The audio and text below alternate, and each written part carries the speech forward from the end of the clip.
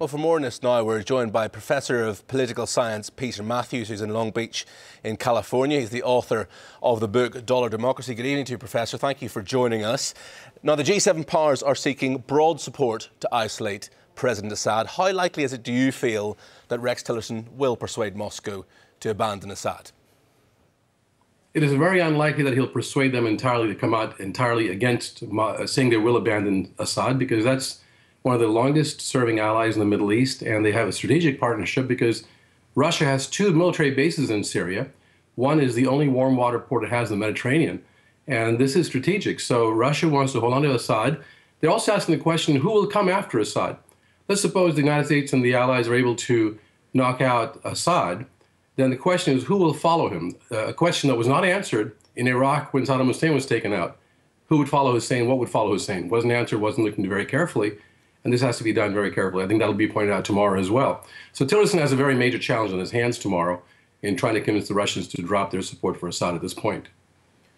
We have Vladimir Putin saying he doesn't believe the Assad regime was behind last week's chemical attack, saying that information about planned fake chemical attacks in Syria are justifications for more US missile strikes. Meanwhile, the White House has accused Putin of confusing the world with false narratives. What is going on here? Well, the United States position, of course, is through our intelligence agencies report that they're still studying the situation, but Trump himself and the administration has said that Assad was behind the attack, that he actually dropped the bombs. But the intelligence communities are still studying the situation, as is the United Nations, to find out who is really behind this, because that's a very critical question to answer.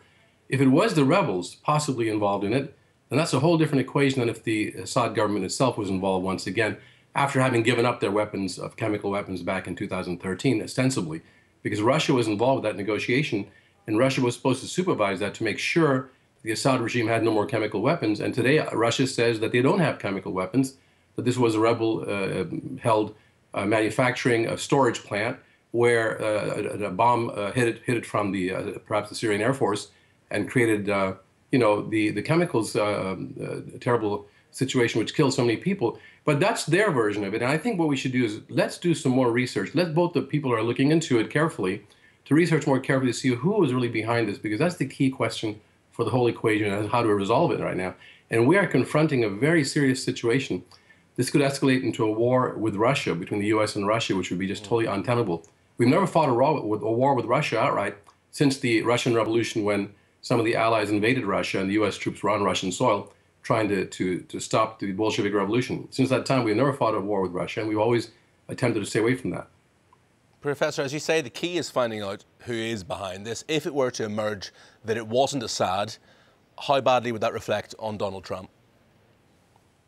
It would be a terrible blow to him and his prestige and to his judgment, because he did not even wait more than a couple of days before he launched those missiles in retaliation for an alleged strike that wasn't proven fully. So that would look very bad on him, if that happens to be the case. In 2013, there was some question about that sarin attack as well, whether it was the government or the rebels. There's a lot of different research on it saying that it could have been not the government forces back in 2013. In fact, the New York Times took that off of its list of Assad's egregious activity.